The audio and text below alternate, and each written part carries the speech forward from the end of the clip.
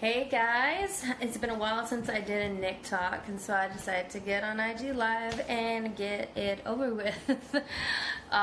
It's been a pretty crazy month. Just moved to New York, and so it's been hard to get a lot of content out, but I'm starting to get more settled, and so there'll be a lot more coming from me. So today I want to talk about mental health and basically your responsibility with your own mental health. So June is PTSD Awareness Month, as many of you know. And I have PTSD. I have PTSD, anxiety, depression, I have a panic disorder. These are all things that I didn't think I would ever have. These are all things that I didn't quite believe in, especially like anxiety and depression until it happened to me, which is kind of messed up. But you know, I own up to it. I was completely ignorant on the effect that it can have on somebody. Until it happened to me. So selfish as it is, I am pretty aware now, and I do my best to try and educate other people about it and let other people know that are going through the same thing as me, that it's okay to have a mental disorder. It's not your fault, and you shouldn't be ashamed of it. Now, with that being said, a lot of us with mental health issues, myself included sometimes, we tend to use our issues as an excuse to kind of have a really bad life, or to just have everything around us be difficult. For instance, when I go into a depressive episode, like, I don't want to leave my house, like, at all. I just want to sit on the couch and burrito up, which sometimes is definitely needed. When I have a panic attack, I can be incapacitated for a day or two, coming off of, I just had one at work, and full disclosure, I am on a Xanax right now, and I tripped and fell on the subway on the way home today because I was so disoriented. It's not fun. It's really not fun at all. But basically what I'm trying to say is, even though we have these ailments, even though we have these things that we can't control that our brain does, we still are responsible for managing it. And managing it means pretty much doing your best to have a normal life. I was reading The Subtle Art of Not Giving a F by Mark Manson. It's one of my favorite books, probably my favorite self-help book, I guess, because it's pretty hard on the reader and pretty to the point, and it kind of centers around not blaming everything and everyone around you for what's happening to you. If you suffer from PTSD like me, it's not your fault that it happened to you. It's not your fault that you had to live through something traumatic, and your brain is now programmed differently. Like, that's just how it is. It's not your fault that you have an anxiety disorder. For whatever reason you have it, whether you were born with it or whether it developed over the years. For me, I feel like I may have always kind of had it, but not enough to be like seriously diagnosed. And then, through the course of life, things happen, and unfortunately now I have to rely on medication to a certain extent, just to level out. And I don't plan on being there forever, but at least right now that's where I'm at. But again, like I'm saying, even if you suffer from those things, you have to get up out of your head. You have to know which days are days where you have to kind of give up and turtle in, and there's also days where you gotta suck it up and live. I remember I had a panic attack at the very opening of Beauty and the Beast. Last year I played the Feather Duster, and it was completely like, I don't know what triggered it. which is the awful thing about triggers. You don't know. They can be external or they can be internal. It can be simply because you didn't eat enough breakfast that day. Like, you just don't know. And I had a panic attack right there. Now, theater is the thing I love most in the entire life. In my entire life, that's the one thing I want to do for the rest of my life. And I'm sure that it would have been, maybe there would have been an option for me to just sit out a number or two, but probably not.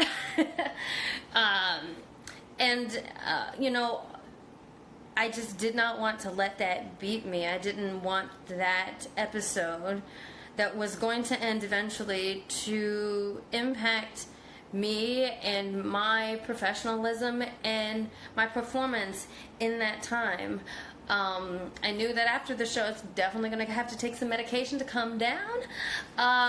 But the point of the matter was, there was no way I was going to let that stop me from doing what I love most in the world. Like I said, same with anxiety, same with depression. When you want to just curl up inside your house and die, or you're just really lethargic and you're really tired, if you know that you have that disorder, you need to recognize that.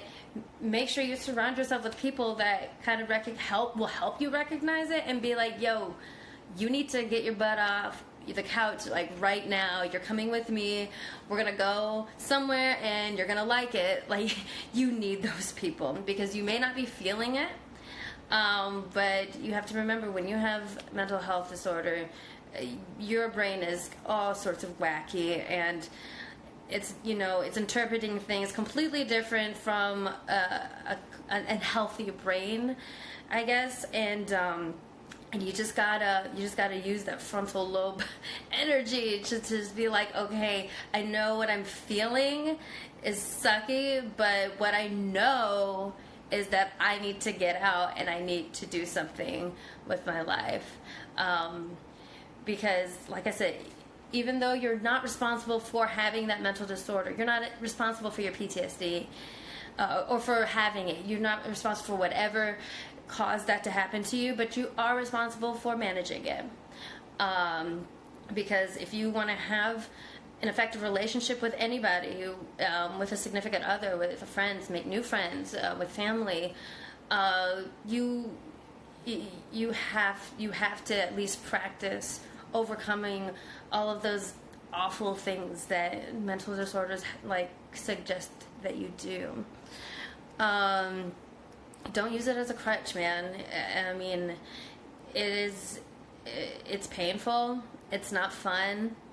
But at the end of the day, if you want to live in the world and you want to succeed and you want to overcome this, then sometimes you just got to suck it up. I make myself suck it up many, many times in the course of a week, because I have a panic disorder. I can have 2 to 4 panic attacks a week, and I'm a performer. I've got stuff going on all the time, and I know that the world is not going to stop and wait for me to calm down. Sometimes you just got to push through it and deal with the symptoms later. Like I said, it sucks, but that's the only way that you're going to live a fulfilling life, I feel. And moving to New York has definitely helped me with this, because when you're on the subway and you have a panic attack, you don't really have much of a choice but to just kind of write it out. Unless it's really bad, fainting ones. Some are worse than others, and so you have to learn to identify which ones are terrible, or incapacitating, and which ones you can just breathe through and ride out. Because you can beat it. It might take us a long time. It might take us a few years, but we can do it. We can beat it. We deserve to live a healthy and rich life just as much as anybody else. You having PTSD or anxiety, depression does not make you any less worthy of living that. But for the time being, we've got to buckle down and just drive through it. A lot of people throw the terms, I'm anxious, depressed around a lot. If you think that you have a mental issue, I would suggest going to get that formally diagnosed, and have a professional work with you and try to come up with a plan to target your triggers and target, your issues and really resolve it. Because I think sometimes we can throw those terms around, like I get anxiety when, I get depressed when, depression when, which we all do. But if you truly believe that it's a clinical issue, then you need to go get it checked out. Otherwise, it can trivialize it sometimes a little bit. Because, like I said, we all get anxious, we all get depressed sometimes, but to have anxiety and to have depression is an actual chemical imbalance in your brain, all the time. And so, like I said, if you think that that's something that you have, you need to find a way to go get that checked out. Don't remain self-diagnosed. That's my NIC talk for today. I guess I'm going to try to do more of these now that I'm more settled in New York. And now that I found a wonderful lit corner in my apartment, which I'm going to be giving a tour of soon, I love it so much. It's in Jersey. And I'm really glad my husband found this place, honestly. I'm telling you, living in Jersey is the shiznit. So you should be able to see this on YouTube later on. This will obviously be on my Insta story for about a day, right? 24 hours. And then the audio will be on Spotify through my podcast, NIC Talks. So make sure to follow me on Instagram, follow me on YouTube, and follow me on Facebook too. And that's about it. I will see you guys on the next NIC Talk. So thanks so much. How do you turn this thing off? Oh yeah, end.